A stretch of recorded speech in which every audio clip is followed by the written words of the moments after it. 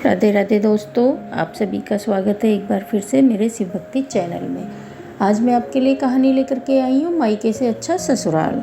भाभी, हमारे कॉलेज की तरफ से गोवा के लिए एक टिकट ऑर्गेनाइज की गई है, जिसके लिए वो हमसे 5,000 रुपये ले रहे हैं। मेरी सभी सहेलियां जा रही हैं, मेरा भी बहुत मन है, प्लीज मुझे जाने दो।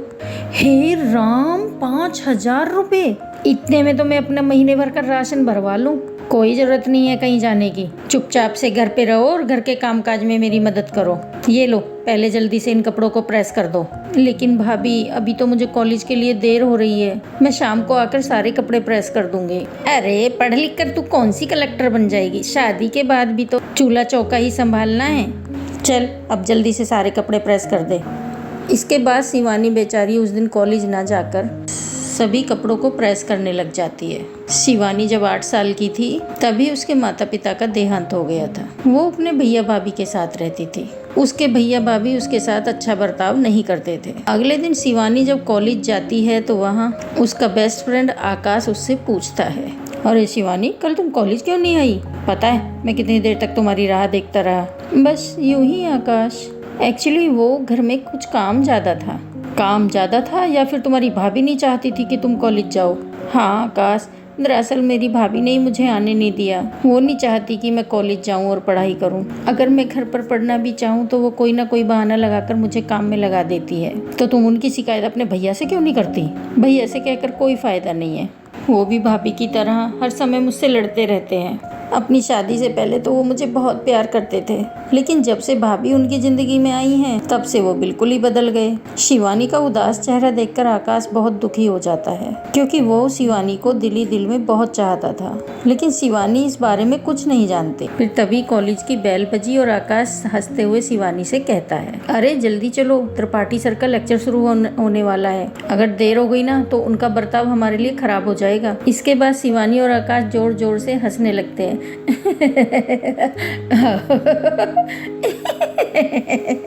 और फिर लेक्चर अटेंड करने के लिए क्लास में चले जाते हैं। ऐसे ही कुछ दिन बीत जाते हैं। फिर एक दिन आकाश अपनी कार में उसको उसके घर छोड़ने चला जाता है, लेकिन गाड़ी से उतरते समय नैना उसे देख लेती है और शिवानी के घर पहुंचते ही कहने लगती है, ये कोई वक्त है घर आने का? तुम्हारे अंदर कोई शर्म बची है या नहीं? भाभी, आप इतना नाराज क्यों हो रही हो? 1 घंटा ही तो लेट हूँ। आप तो मुझ पर ऐसे चिल्ला रही हैं जैसे 2 दिन से कहीं गायब हूँ। तुम मुझसे जुबान लड़ाती हो? अभी बताती हूँ। अगर आज तुमसे 1 घंटे का हिसाब नहीं लिया ना तो कल से 2-2 दिन भी गायब रहने लगोगे। अब जो मैं पूछ रही हूँ उसका सीधा सीधा जवाब दो। भाभी, कल से मेरे एग्जाम शुरू होने वाले हैं तो लाइब्रेरी में बैठकर पढ़ाई कर रही थी। घर पर तो आप मुझे पढ़ने नहीं देती, किसी न किसी काम में आप मुझे लगाई रखती हैं। अच्छा बेटा, जुबान तो कैंची की तरह चलती है तुम्हारी। आखिर वो लड़का कौन था जो तुम्हें यहाँ छोड़ने आया था? वो मेरे कॉलेज में मेरे साथ ही पढ़ता है। आज पढ़ाई के चक्कर में थोड़ा लेट हो गई थी, इसलिए वो मुझे घर ड्रॉप करने आया था। आजकल बड़े पंख लगे हुए हैं तुम्हारे। आज किसी के साथ रात को घर आई हो, कल किसी के साथ शादी करके आ जाओगी, तो भला क्या इज्जत रह जाएगी हमारी? आने दो तुम्हारे भैया को, उन्हें भी तो पता चले कि तू क्या गुल खुला रही है उनकी बहना। शिवानी नैना को समझाने की बहुत कोशिश करती है कि जैसा वो सोच रही है वैसा कुछ। नैना शिवानी की एक नहीं सुनती और अपने पति को घर आते शिवानी के खिलाफ उसके कान भर देती है। अगली सुबह शिवानी जैसे ही तैयार होकर कॉलेज के लिए निकलने लगती है, तभी मयंक उसे रोकते हुए कहता है, शिवानी, आज से तुम कॉलेज नहीं जाओगी। लेकिन क्यों भैया, आज तो मेरे एग्जाम है। अरे बहुत कर ली तुमने पढ़ाई, अब घर पर रहकर घर के कामकाज सीखो। इससे पहले कि तुम हमें कहीं मुंह दिखाने लायक नहीं छोड़ो, उससे पहले ही हम तुम्हारी शादी कर देंगे। शादी? इतनी जल्दी भैया? नहीं भैया, जब तक मैं पढ़ाई पूरी नहीं कर लेती तब तक मैं शादी नहीं करूंगी। शिवानी, तुम्हें पता है ना, मैंने एक बार जो फैसला ले लिया सो ले लिया। कल शाम तुम्हें देखने लड़के वाले आ रहे हैं, तुम तैयार रहना, हम जल्द ही तुम्हारी शादी कर देंगे, समझी? शिवानी अपने भाई को बहुत समझाने की कोशिश करती है, लेकिन मयंक उसकी एक नहीं सुनता। और उधर कॉलेज में बैठा आकाश कब से शिवानी की राह देख रहा होता है। एग्जामिनेशन हॉल में शिवानी के ना आने के कारण आकाश भी बिना पेपर दिए ही वहाँ से चला जाता है। एग्जाम खत्म होने के बाद शिवानी और आकाश की दोस्त निधि आकाश के पास आकर बैठती है और उससे कहती है, आकाश तुम पागल हो गए हो क्या, जो तुम बिना पेपर दिए आ गए? निधि, यार आज शिवानी कॉलेज नहीं आई, मुझे कुछ ठीक नहीं लग रहा।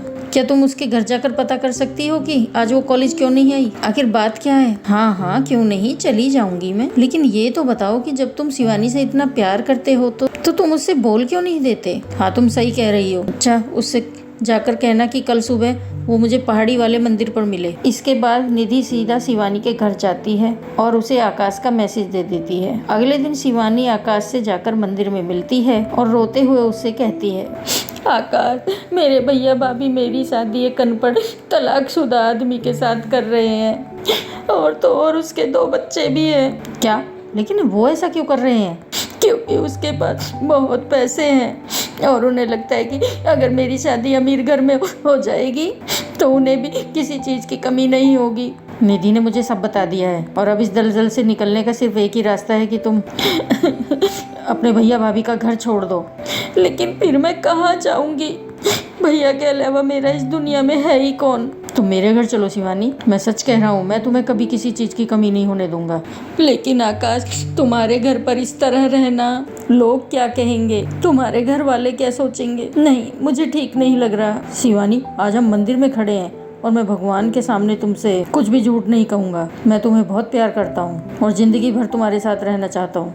क्या तुम मुझसे शादी करोगी? शिवानी, मैं भगवान को साक्षी मानकर उम्र भर तुम्हारे साथ निभाने का वादा करता हूँ। तुम्हें हर हाल में खुश रखूंगा और हमेशा तुम्हारा साथ दूंगा। आकाश की बात सुनते ही शिवानी दंग रह जाती है और कुछ कह पाती उससे पहले ही आकाश कुमकुम उठाता है और उससे शिवानी की मांग भर देता है। आकाश की बातों ने शिवानी का मन भी जीत लिया। शायद उसे जिंदगी में पहली बार किसी ने इतना प्यार दिया था और वो राजी खुशी मंदिर में अग्नि को साक्षी मानकर शादी कर लेती है। शादी करने के तुरंत बाद शिवानी आकाश के साथ अपने घर पहुंचती है तो उसकी भाभी जो देखते ही जोर जोर से छाती पीटने लगी। आए राम, क्या कर डाला इस लड़की ने? इसने हमें कहीं मुंह दिखाने लायक नहीं छोड़ा। जिस बात का डर था वही हुआ। इस लड़की ने हमारे मुंह पर कालिक पोत दी। अच्छा, जब तुम पैसों की खातिर मेरी शादी उस तलाकशुदा 2 बच्चों के बाप के साथ कर रहे थे तब कुछ नहीं, वाह, लेकिन मैंने अगर अपने पसंद के लड़के से शादी कर ली तो तुम्हारे खानदान की इज्जत मिट्टी में मिल गई। शिवानी, ये तुमने अच्छा नहीं किया। निकल जाओ मेरे घर से इसी वक्त और फिर कभी मुझे अपना मुंह मत दिखाना। आज से तुम हमारे लिए मर गई।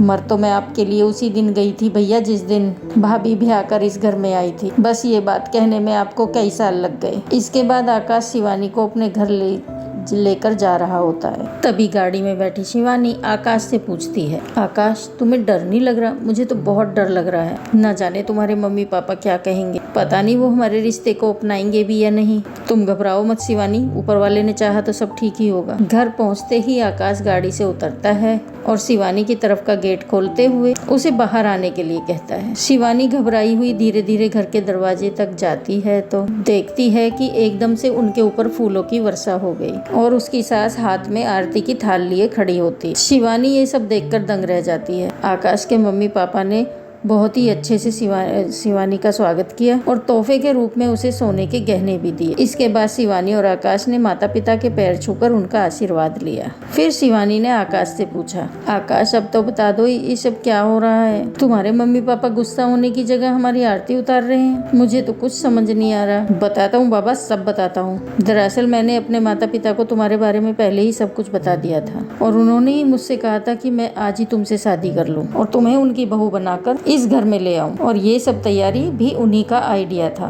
ओफो, तो इसीलिए तुमने मंदिर में मेरे जवाब के बिना दिए ही इंतजार के ही मेरी मांग में सिंदूर भर दिया, ताकि मेरे मना करने का मेरे पास कोई कारण ही ना रहे। हाँ, मेरे मम्मी पापा सुबह से इन सब तैयारियों में लगे हुए थे। उन्होंने ही घर को सजाया, तुम्हारे मेरे लिए गिफ्ट लेकर आए और ये फूलों वाला आइडिया ये भी उन्हीं का था। सच में आकाश, तुम्हारे मम्मी पापा बहुत अच्छे हैं। तुम्हारे नहीं बल्कि हमारे। आज से वो तुम्हारे भी तो मम्मी पापा हैं। हाँ हाँ, हमारे मम्मी पापा बहुत अच्छे हैं। इसके बाद दोनों ने अपनी ग्रेजुएशन पूरी की और फिर दोनों की ही MNC कंपनी में नौकरी लग गई। दोस्तों, अगर आपको कहानी अच्छी लगी है तो लाइक करना और अपने दोस्तों के साथ शेयर करना और चैनल पर नए तो सब्सक्राइब